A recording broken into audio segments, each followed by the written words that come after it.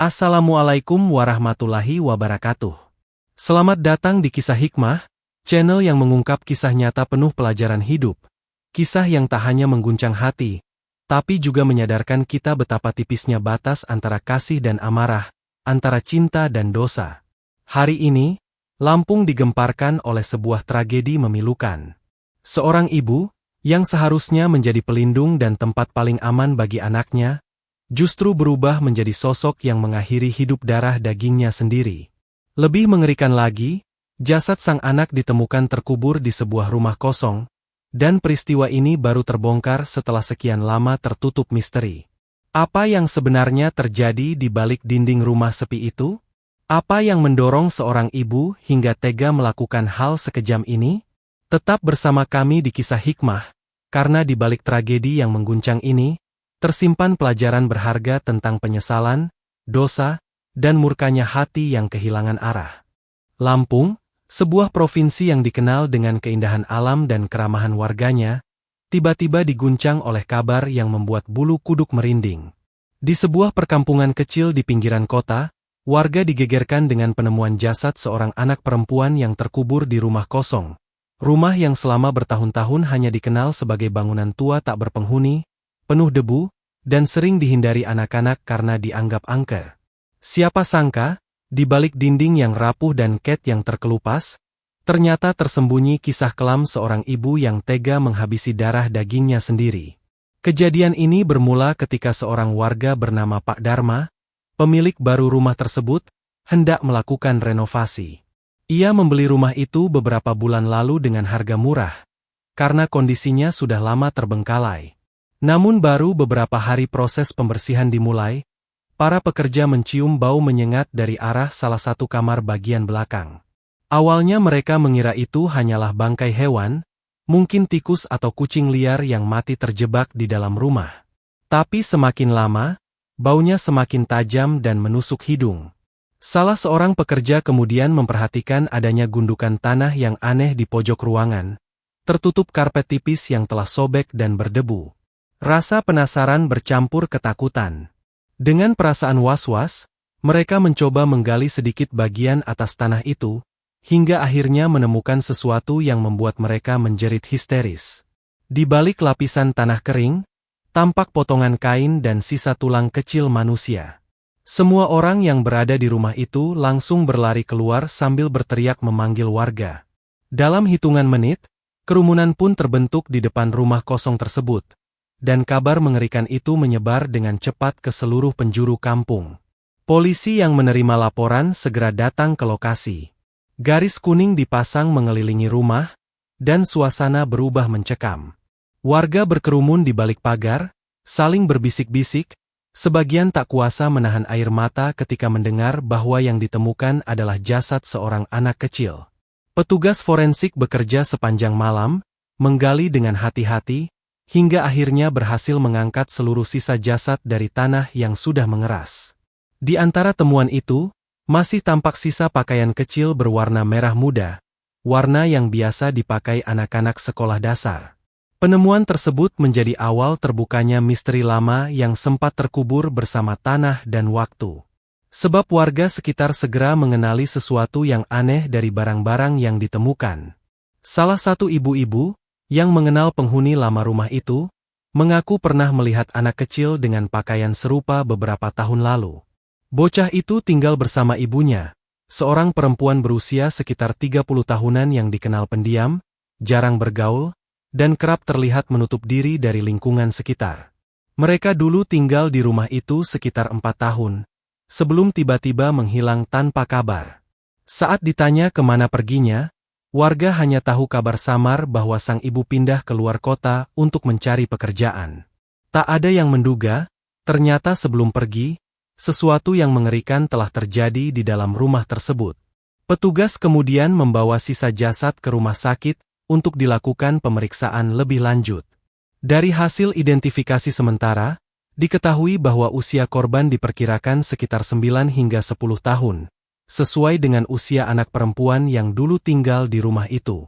Semakin kuat dugaan bahwa jasad itu adalah milik anak yang dulu sering terlihat bermain di halaman rumah sambil memanggil ibunya dengan penuh ceria.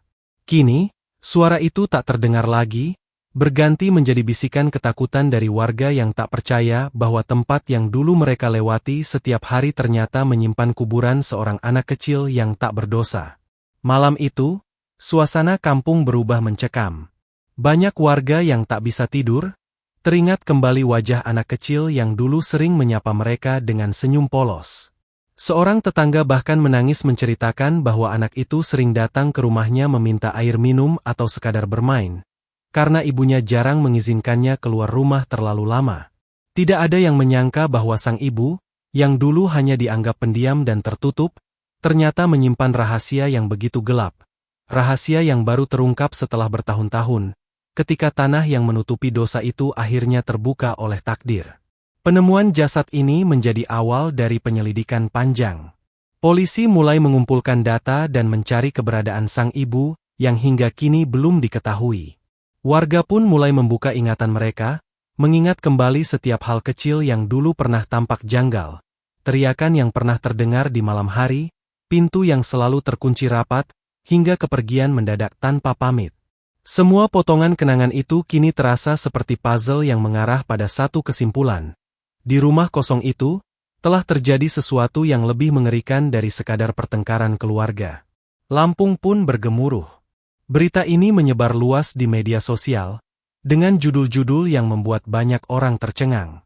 Ibu tega habisi anak kandung, jasad ditemukan di rumah kosong setelah bertahun-tahun. Sebuah tragedi yang membuat banyak orang bertanya-tanya, bagaimana mungkin seorang ibu bisa berubah menjadi sosok yang begitu kejam terhadap darah dagingnya sendiri? Pertanyaan itu menggantung di udara, menunggu jawaban yang akan mulai terkuak di bab berikutnya. Beberapa tahun sebelum penemuan jasad itu mengguncang Lampung, kehidupan di rumah kecil di ujung gang itu tampak biasa saja bagi orang yang hanya melihat dari luar. Rumah berdinding kusam dengan cat yang mulai memudar, halaman sempit yang ditumbuhi rumput liar, dan pagar bambu sederhana yang selalu tertutup rapat. Disitulah tinggal seorang perempuan bernama Rina, bersama putri semata wayangnya yang baru berusia 10 tahun, Naila. Rina dikenal warga sebagai sosok pendiam, jarang keluar rumah kecuali untuk berbelanja kebutuhan pokok. Suaminya, menurut kabar yang beredar, sudah lama meninggalkan mereka dan tidak pernah kembali. Sejak itu, Rina hidup berdua dengan anaknya dalam keterbatasan ekonomi yang berat. Ia bekerja serabutan, kadang mencuci pakaian tetangga, kadang membantu di warung kecil. Namun di balik kesederhanaannya, Rina menyimpan beban hidup yang tak semua orang tahu. Tekanan ekonomi, kesepian, dan trauma masa lalu yang perlahan menggerus kewarasannya. Warga mulai memperhatikan perubahan sikap Rina beberapa bulan sebelum tragedi terjadi. Ia tampak mudah marah, sering berteriak tanpa alasan jelas, bahkan beberapa kali terlihat menangis sendirian di teras rumah saat malam tiba. Ada yang mencoba menegurnya dengan baik, tapi ia hanya menjawab singkat atau malah menutup pintu. Entah kenapa, dari matanya terlihat seperti orang yang sedang menahan sesuatu, ujar salah satu tetangga, Bu Ida, saat diwawancarai setelah kasus ini terbongkar. Kadang kami dengar dia memarahi anaknya sampai larut malam, tapi kami tak berani ikut campur. Kami pikir, itu hanya urusan keluarga biasa. Namun ternyata, yang terjadi di dalam rumah itu jauh dari kata biasa. Naila, anak yang dikenal manis dan ceria, perlahan berubah menjadi pendiam dan penakut. Ia jarang keluar rumah, tak lagi bermain dengan teman-temannya seperti dulu. Beberapa kali, warga melihatnya berjalan sambil menunduk, membawa belanjaan sendirian, dengan wajah pucat dan memar di lengan. Ketika ditanya oleh tetangga, Naila hanya menjawab lirih, "Aku jatuh, Bu," lalu segera berlari pulang sebelum sempat ditanya lebih jauh. Seiring waktu, pertengkaran di rumah itu makin sering terdengar.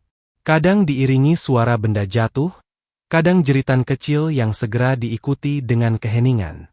Malam-malam yang seharusnya tenang bagi warga kampung berubah menjadi mencekam setiap kali suara itu muncul. Beberapa orang sempat hendak melapor ke ketua RT, namun selalu urung karena keesokan harinya rumah itu tampak normal kembali. Rina keluar seperti biasa, membawa ember cucian, seolah tak ada apa-apa yang terjadi. Sampai suatu malam, Sekitar pukul 10, suara teriakan keras terdengar dari rumah itu. Kali ini lebih panjang dan jelas. "Jangan, Bu! Maaf, Bu!" Begitu kesaksian warga yang mendengarnya. Lalu hening. Tak ada lagi suara, tak ada lampu yang menyala. Salah satu tetangga sempat mengetuk pintu, tapi tak ada jawaban. Akhirnya, mereka memutuskan menunggu sampai pagi. Tapi ketika matahari terbit, rumah itu terkunci rapat.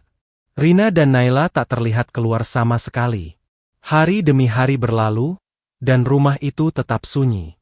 Beberapa warga mengira mereka pindah mendadak. Ada yang bilang Rina pergi ke kota mencari pekerjaan, ada juga yang menduga mereka hanya sementara pergi ke rumah saudaranya. Namun waktu berjalan, dan kabar tentang mereka tak pernah datang. Rumah itu dibiarkan kosong, perlahan dilupakan. Hanya sesekali warga melihat bayangan seseorang yang datang malam-malam, menyalakan lampu sebentar lalu pergi lagi. Tak ada yang berani mendekat, karena rumah itu dianggap membawa perasaan aneh, seolah menyimpan sesuatu yang tak ingin diganggu. Yang tak diketahui siapapun, malam ketika suara jeritan terakhir itu terdengar, menjadi akhir bagi kehidupan kecil Naila. Dalam amarah dan keputusasaan, Rina kehilangan kendali. Diduga ia memukul anaknya berkali-kali hingga tak sadarkan diri. Ketika menyadari anaknya telah meninggal, ia panik, menangis, lalu dengan pikiran kacau menyeret tubuh mungil itu ke rumah kosong di sebelah. Rumah yang dulu milik pamannya yang telah lama meninggal. Disitulah ia menggali tanah dengan tangannya sendiri, menutup jasad anak yang ia lahirkan dengan tangisan yang sudah tak bersuara. Setelah itu, ia pergi meninggalkan rumah, membawa dosa yang tak akan pernah bisa ia kubur sedalam apapun tanah yang menutupi jasad anaknya. Bertahun-tahun kemudian, rumah itu menjadi saksi bisu. Angin yang berhembus dari celah jendela membawa aroma lembab dan kesepian. Kadang, warga yang melintas malam hari mengaku mendengar suara isakan halus dari dalam. Suara yang tak pernah jelas, tapi cukup membuat bulu kuduk merinding. Warga menganggapnya hal mistis, tanpa tahu bahwa kebenaran yang jauh lebih mengerikan sedang menunggu untuk terbongkar. Kini setelah kasus ini terungkap, potongan-potongan kenangan itu mulai terasa nyata. Semua kejanggalan, semua pertanda, semua bisikan masa lalu yang dulu diabaikan, ternyata adalah tanda dari tragedi besar yang sedang terjadi di balik dinding rumah sederhana itu. Awal mula ketegangan yang tak pernah benar-benar dilihat, kini berubah menjadi penyesalan yang datang terlambat. Bertahun-tahun berlalu sejak kepergian Rina dan Naila. Rumah yang dulu menjadi saksi bisu kehidupan mereka kini berubah menjadi bangunan kosong yang tak terurus.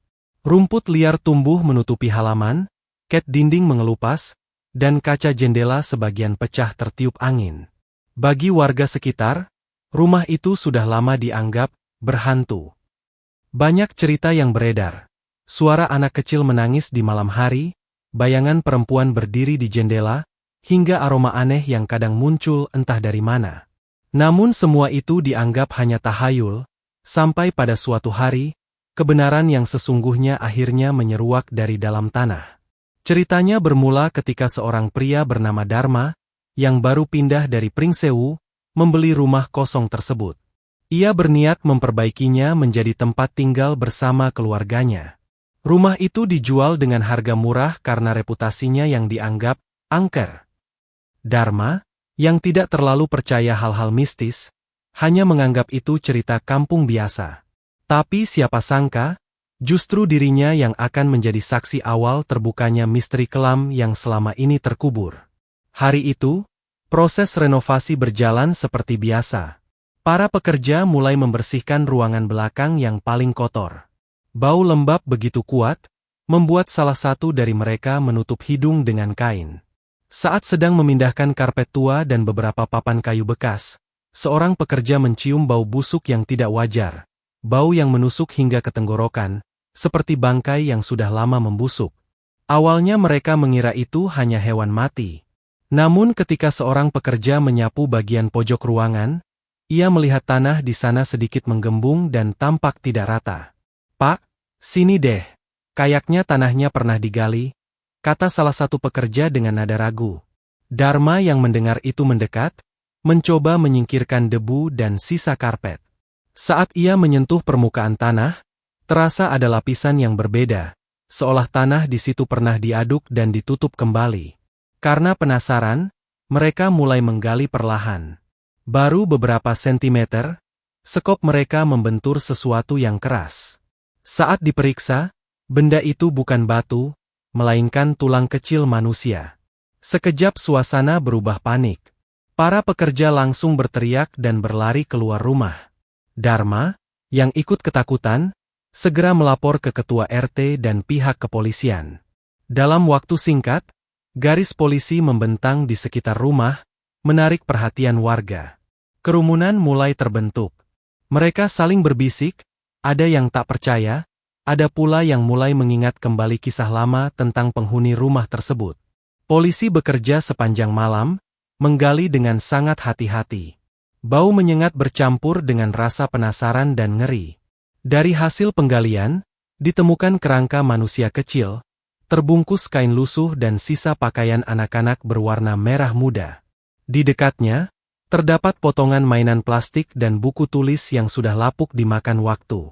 Saat temuan itu diangkat, banyak warga yang menangis. Mereka yakin, itu adalah Naila, anak yang dulu tiba-tiba menghilang tanpa jejak. Keesokan harinya, berita ini menyebar luas. Media lokal mulai berdatangan, dan rumah itu langsung menjadi pusat perhatian. Judul-judul berita memenuhi laman media sosial. Tragedi di Lampung, jasad anak ditemukan di rumah kosong setelah bertahun-tahun. Diduga dibunuh ibunya sendiri, misteri hilangnya Naila terungkap. Warga kampung yang selama ini hidup tenang mendadak jadi sorotan nasional. Mereka yang dulu menutup telinga saat mendengar teriakan dari rumah itu kini hanya bisa tertunduk penuh sesal. Kami kira itu hanya pertengkaran biasa, ujar Pak RT lirih di depan kamera. Ternyata kami salah besar. Tim forensik kemudian memastikan, melalui uji DNA dan rekam medis, bahwa jasad itu benar milik Naila. Dari hasil autopsi awal, ditemukan tanda-tanda kekerasan di bagian kepala dan dada. Luka-luka itu menunjukkan adanya benturan keras sebelum kematian terjadi. Semua bukti mengarah pada satu kesimpulan, anak itu dibunuh, dan pelakunya adalah orang terdekatnya sendiri. Pihak kepolisian kemudian menelusuri keberadaan sang ibu, Rina, yang sudah menghilang selama bertahun-tahun. Data kependudukan menunjukkan bahwa ia sempat berpindah ke beberapa kota kecil di Pulau Sumatera, menggunakan identitas palsu. Polisi juga menemukan bahwa Rina bekerja di beberapa tempat dengan nama berbeda, hidup berpindah-pindah, seolah terus berusaha menghindar dari sesuatu. Namun bagaimanapun, waktu tak bisa menutupi dosa. Pelarian Rina akhirnya berakhir di sebuah kota kecil di Sumatera Selatan, setelah petugas menemukan kecocokan wajah dari kamera pengawas di terminal bus. Warga Lampung yang mendengar kabar penangkapan itu menyambutnya dengan campuran emosi. Marah, sedih, tapi juga lega. Lega karena misteri yang selama ini membayangi kampung mereka akhirnya terjawab. Tapi di balik rasa lega itu, ada pula penyesalan mendalam, karena kebenaran yang terungkap terlalu terlambat bagi Naila. Rumah kosong itu kini ditutup rapat. Tak ada yang berani lagi masuk ke dalamnya. Di dinding depan rumah, masih terlihat samar coretan tangan anak kecil. "Ibu, jangan marah lagi ya." Kalimat yang membuat siapapun yang membacanya merinding sekaligus pilu. Sebuah kalimat sederhana yang menjadi penanda bisu, bahwa di tempat itulah, kasih sayang seorang anak berakhir di tangan ibu yang kehilangan arah. Setelah bertahun-tahun menghilang, jejak langkah Rina akhirnya terendus. Ia ditemukan di sebuah kota kecil di Sumatera Selatan, hidup sederhana di rumah kontrakan kecil yang jauh dari pusat keramaian. Saat ditangkap, Rina tidak melawan. Wajahnya pucat, tubuhnya kurus, dan pandangan matanya kosong seolah ia sudah menyerah bahkan sebelum tangan polisi menyentuh bahunya. Ketika dibawa ke kantor polisi untuk dimintai keterangan, suasana ruang interogasi mendadak hening. Di depan para penyidik, Rina duduk dengan kepala tertunduk, jari-jarinya bergetar memegang ujung baju.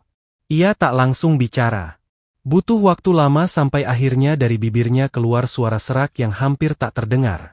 suara yang membawa pengakuan yang membuat semua orang yang mendengarnya terdiam.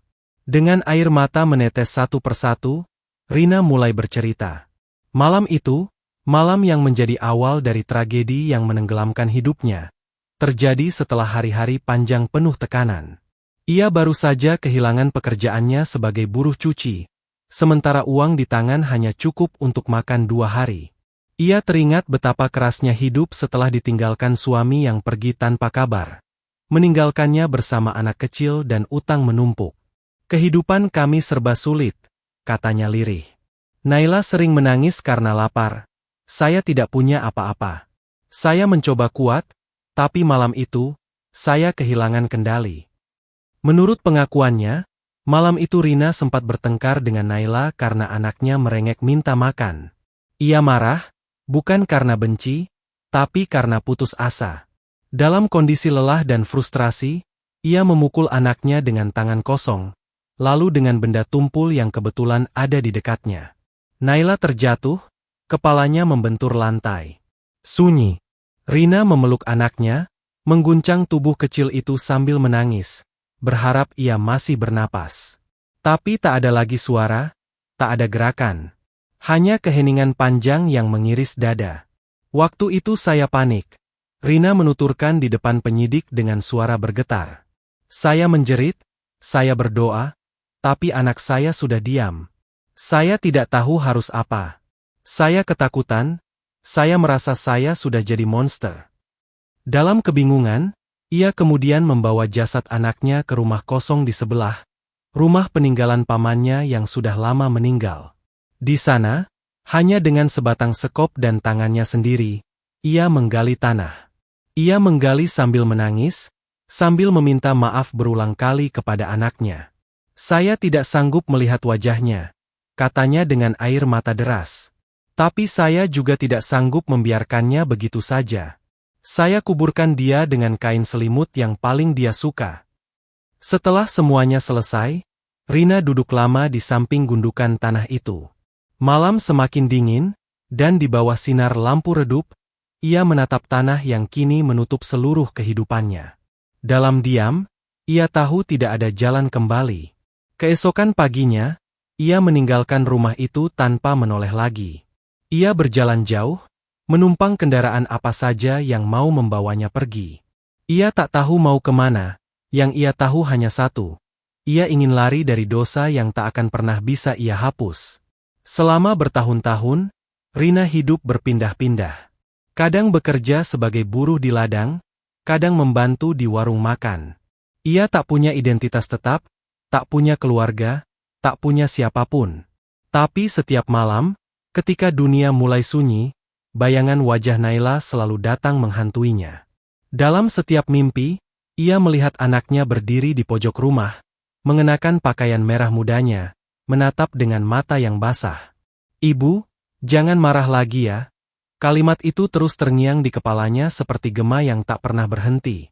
Rina mengatakan, ada kalanya ia mencoba menebus dosa dengan berbuat baik pada anak-anak yatim di sekitar tempat tinggalnya. Ia sering diam-diam meninggalkan uang kecil di depan pintu panti asuhan, berharap itu bisa sedikit menghapus rasa bersalah. Tapi setiap kali ia menatap wajah anak-anak itu, air matanya kembali jatuh. Tidak ada yang bisa menggantikan dia, ucapnya pelan.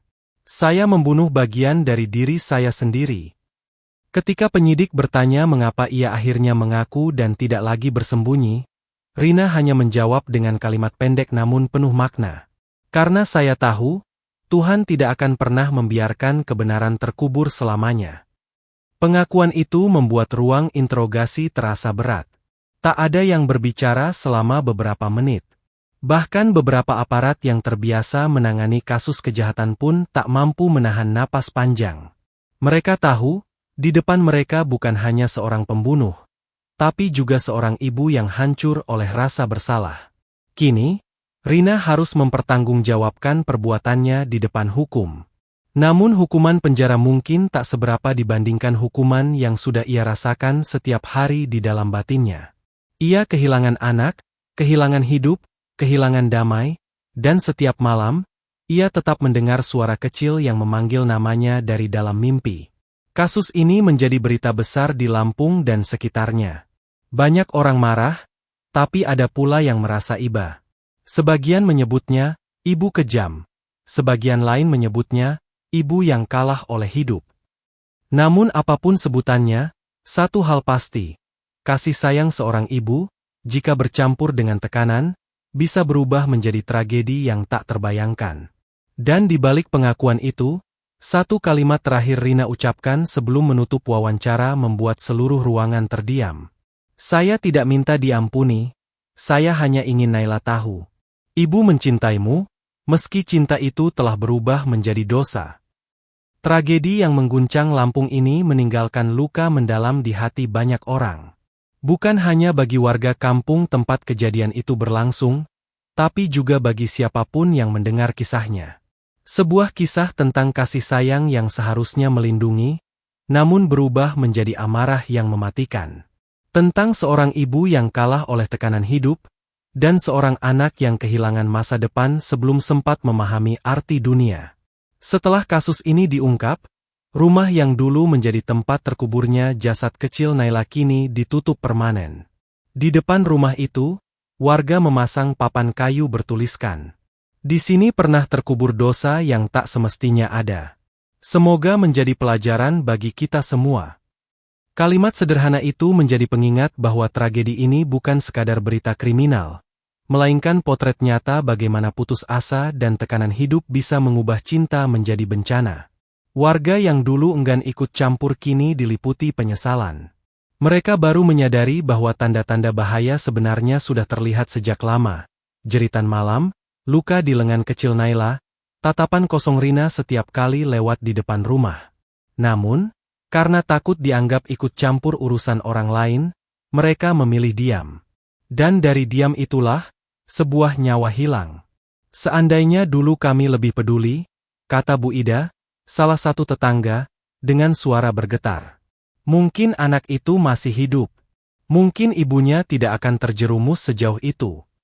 Penyesalan memang datang terlambat, tapi kisah ini menyisakan pesan penting bagi siapapun, bahwa setiap masalah berat butuh tempat untuk berbagi, bukan untuk dipendam sendirian. Rina adalah potret dari banyak orang di luar sana, orang yang terlihat kuat di luar, tapi sebenarnya sedang rapuh di dalam. Orang yang setiap hari berjuang melawan lapar, kesepian, dan tekanan hidup tanpa tahu kepada siapa harus meminta pertolongan. Hingga akhirnya, kelelahan itu meledak menjadi tragedi. Psikolog yang menangani kasus ini mengatakan, amarah yang lahir dari keputusasaan bisa menghapus nalar, bahkan kasih yang paling murni sekalipun. Itulah yang terjadi pada Rina. Ia bukan hanya kehilangan kendali atas emosi, tapi juga kehilangan arah dalam hidup. Dan ketika hati sudah dikuasai rasa marah, cinta pun bisa berubah menjadi senjata yang paling mematikan. Kini Rina menjalani hari-harinya di balik jeruji besi. Namun, di sana, ia bukan lagi perempuan yang penuh amarah. Ia banyak berdoa, membaca Al-Quran, dan sesekali menulis surat untuk anaknya. Surat yang tidak pernah akan sampai. Dalam salah satu surat yang disita sebagai barang bukti, ia menulis, "Naila, maafkan ibu. Dunia ini terlalu berat untuk ibu jalani, dan ibu telah memilih jalan yang salah. Jika waktu bisa diulang, ibu lebih memilih mati bersamamu daripada menyakitimu. Ibu tidak ingin diampuni, hanya ingin dipeluk sekali lagi di tempat yang lebih damai." Kalimat itu kini tersimpan di berkas penyidikan, namun juga tersimpan di hati setiap orang yang membacanya. Karena di balik kata-kata itu, ada penyesalan yang tak terbayar oleh waktu. Tragedi ini juga menggerakkan hati banyak pihak. Pemerintah daerah bersama lembaga sosial mulai membuka program Rumah Curhat Ibu dan Anak, tempat bagi perempuan yang sedang menghadapi tekanan hidup untuk mendapatkan bantuan dan konseling. Dari tragedi yang kelam, muncullah kesadaran baru bahwa tidak ada yang benar-benar kuat menghadapi hidup sendirian. Kasih sayang, perhatian, dan kepedulian sesama bisa menjadi penyelamat sebelum amarah berubah menjadi bencana.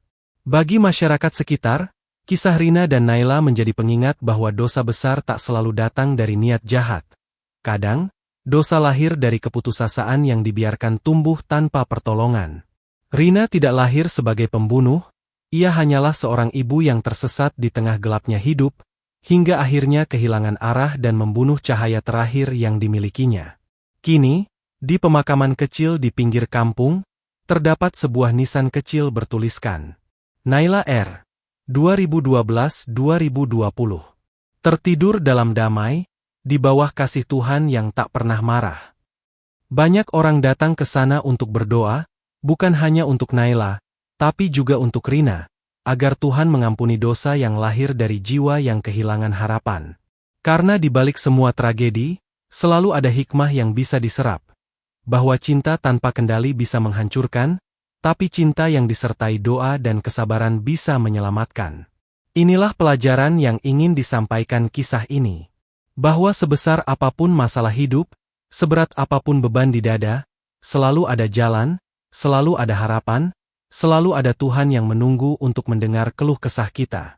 Jangan pernah biarkan amarah menutup mata, jangan biarkan keputusasaan mengalahkan cinta. Dan semoga, dari kisah tragis seorang ibu dan anak di Lampung ini, kita semua belajar bahwa kasih tanpa kesabaran bisa berubah menjadi luka, dan bahwa setiap jiwa yang tersesat selalu punya kesempatan untuk kembali, sebelum semuanya terlambat.